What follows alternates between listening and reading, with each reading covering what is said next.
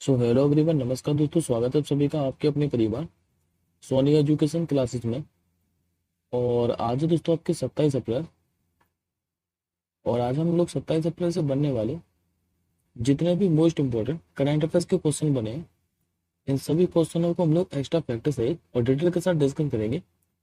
और आज के साथ की जो क्लास है ये हम लोग थोड़ी जल्दी से कवर करेंगे। तो चलिए बिना किसी देरी के क्लास को शुरू करते हैं।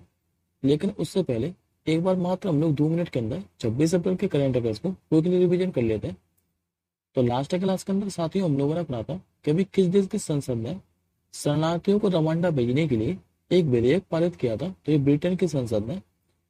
और साथियों जो ब्रिटेन है इसने रवांडा को इसके लिए 3,000 करोड़ रुपए के लिए मंजूर किए कि इन शरणार्थियों को क्या है कि रहने की और इनकी रोजगार की व्यवस्था की जाए। अभी ITTF टेबल टेनिस विश्व रैंकिंग में भारत की शीर्ष महिला खिलाड़ी कौन बनी थी? तो सिरजा अबूला।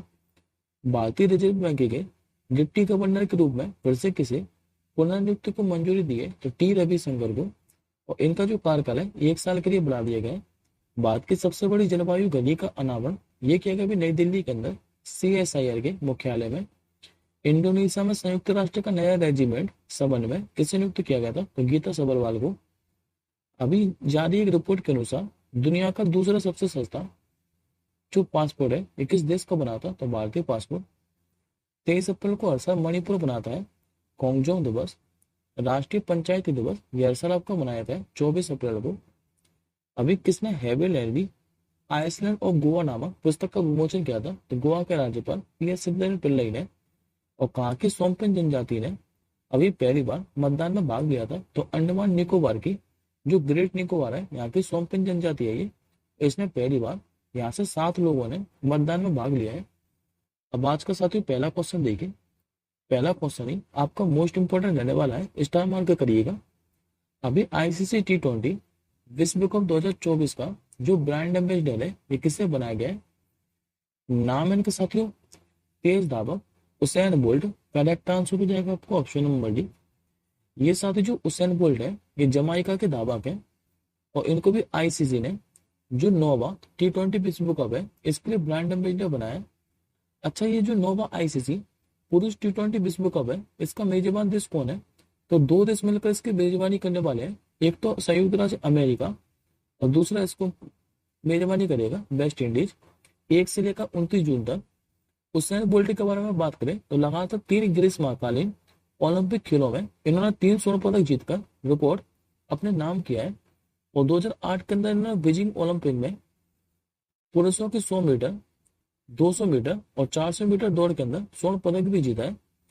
उस्मान बोल्ट को साथियों एक रिकॉर्ड भी इनके नाम है कि इन्होंने 100 मीटर की दौड़ में 9.58 सेकंड में एक विश्व रिकॉर्ड बनाया है जो कि अभी तक इन्हीं के नाम है।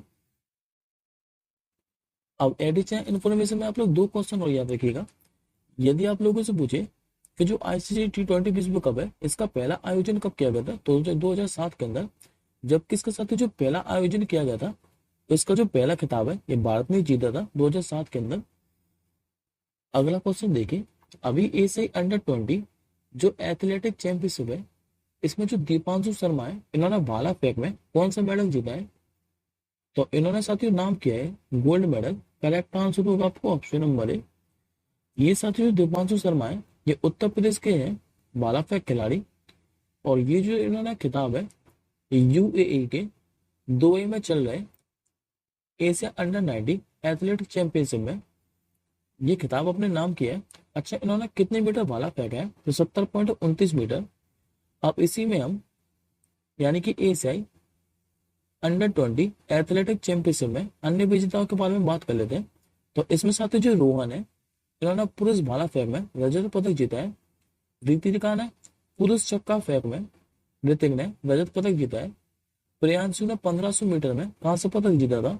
जबकि आरती ने महिलाओं की 10,000 मीटर रेस वॉक में कांस्य पदक जीता है। अगला क्वेश्चन देखिए। अभी भारतीय सिनेमा में उनके योगदान के लिए लता दीनानाथ जो मंगेशकर अवार्ड है इससे अभी किसे सम्मानित किया है? ये क्या कह सकते हो? अभिनेता रणदीप हुड्डा को। करेक्ट आंसर होगा आपको ऑप्शन नंबर ए। ये साथी जो इनको अवार्ड है ये मुंबई के एक समारोह के दौरान दिया गया है। अच्छा, ये सम्मान इनको मिला क्यों है? तो अभी साथी इनकी रिसेंटली 2024 के अंदर एक मूवी आई थी, स्वतंत्र वीर सावरकर, और इसी मूवी के लिए इनको लता दीननाथ मंगेशकर अवार्ड से सम्मानित किया है। हालांकि साथियों इनके साथ दो और अभिनेताओं को लता दीननाथ मंगेशकर अवार्ड से सम्मानित किया है, जिसमें से साथियों एक तो इसमें म्यूजिक डायरेक्टर है जिनका नाम है A R रहमान, और दूसरे इसमें बॉलीवुड एक्टर अमिताभ बच्चन जिनका नाम मैं आपको पहले भी पढ़ा चुका हूँ। इनको तीसरे लता दीननाथ मंगेशकर अवार्ड से सम्मानित किया गया था। अब हम लोग कुछ अन्य पुरस्कारों के बारे में बात कर लेते हैं, जैसे कि अभी AB विगड़सन, इनको वर्ष 2023 के प्रतिष्ठित ट्यूरिंग अवार्ड से सम्मानित किया गया था। अवंतिका बंदुलगु, इनको भी हार्वर्ड यूनिवर्सिटी के द्वारा south Asian person of the year नामित किया गया है। मोहम्मद सलीम को अभी world press photo of the year पुरस्कार से सम्मानित किया गया था, जो कि रॉयटर के फोटोग्राफर थे। सुरेंद्र S जूत का, इनको भी मेलकन आदिशेषी पुरस्कार से सम्मानित किया गया था। और कल ही हम लोगों ने पढ़ा था कि जो रतन टाटा जी हैं, इनको भी किस मानवतावादी पुरस्कार 2021 से सम्मानित किया गया था। अगला क्वेश्चन देखिए, हाल ही में भारत की पहली बहुउद्देशीय ताप और बिजली ग्रीन हाइड्रोजन पायलट प्रोजेक्ट है, इसकी शुरुआत किस राज्य में हुई है? तो ये साथी हुई हिमाचल प्रदेश के अंदर। आंसर हो जाएगा आपको ऑप्शन नंबर बी। दरअसल हिमाचल प्रदेश के अंदर एक स्थान है जिसका नाम है झाकड़ी, और यहाँ पर 1500 मेगावाट के जो Nathpa Jhakri hydrogen power station है, और यहीं पर ये पहले बहुउद्देशीय हरित हाइड्रोजन पायलट प्रोजेक्ट के उद्घाटन हुआ है।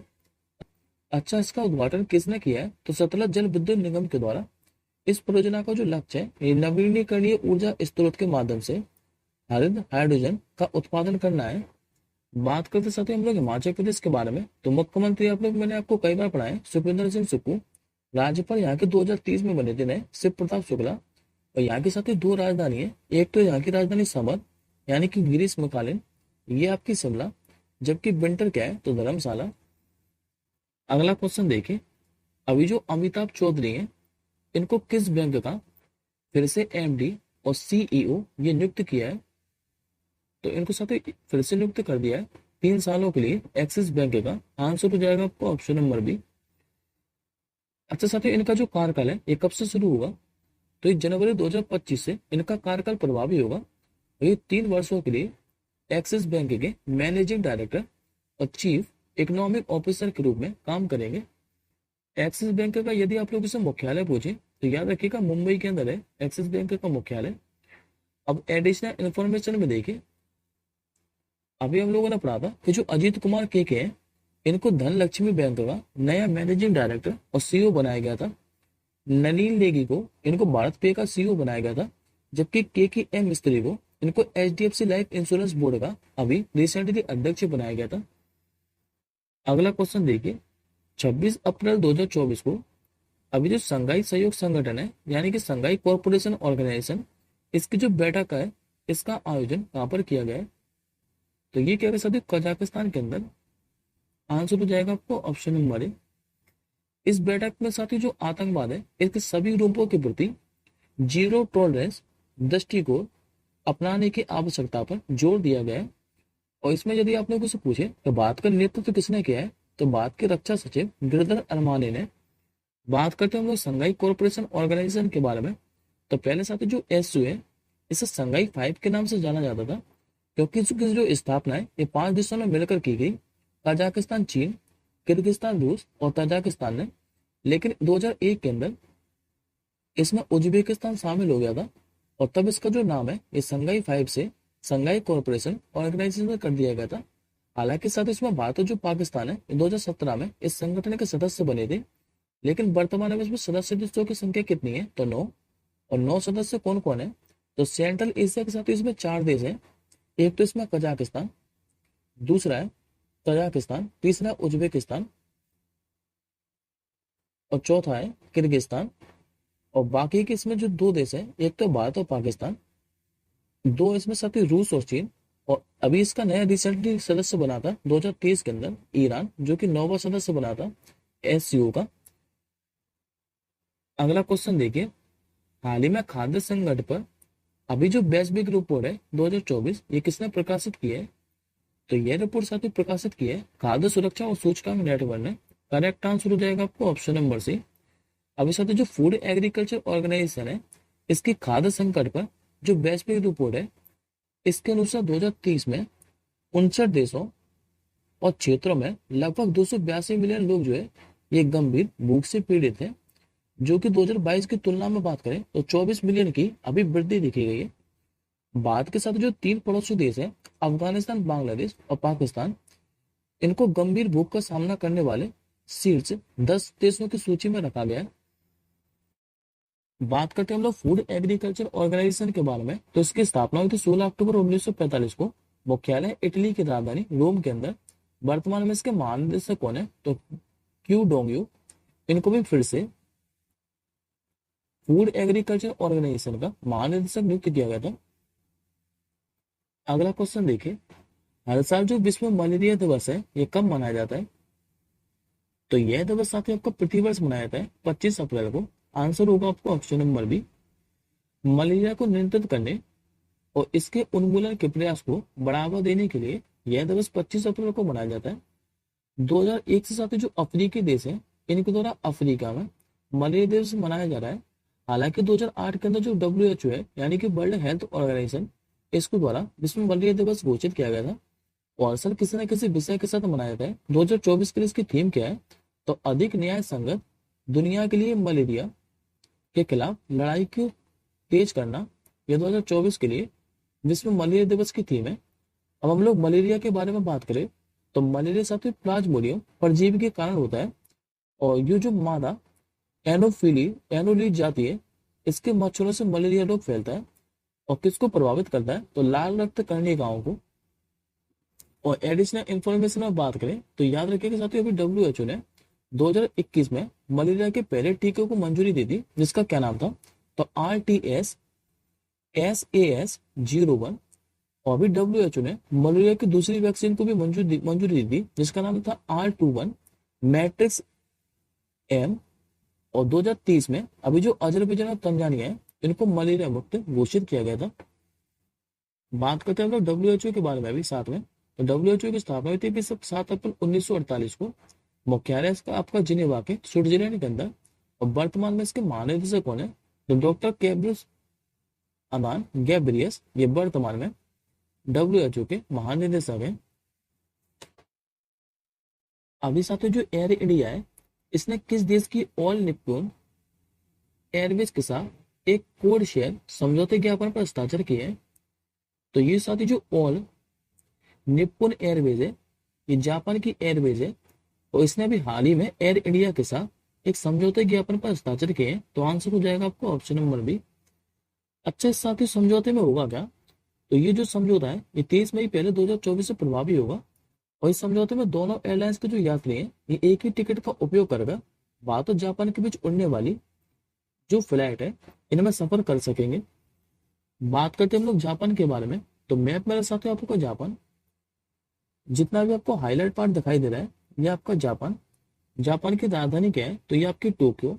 मुद्रा चलती है यहाँ पर जापानी है। और वर्तमान में यहाँ के प्रधानमंत्री कौन है, नाम है इनका फूमियो किशिदा। आज का साथियों जी आपका आखिरी क्वेश्चन है कि अभी 26वीं जो विश्व ऊर्जा कांग्रेस है 2024, इसका आयोजन किस देश में किया जा रहा है। ये आयोजन किया जाता है नीदरलैंड के अंदर। करेक्ट आंसर होगा आपको ऑप्शन नंबर ए।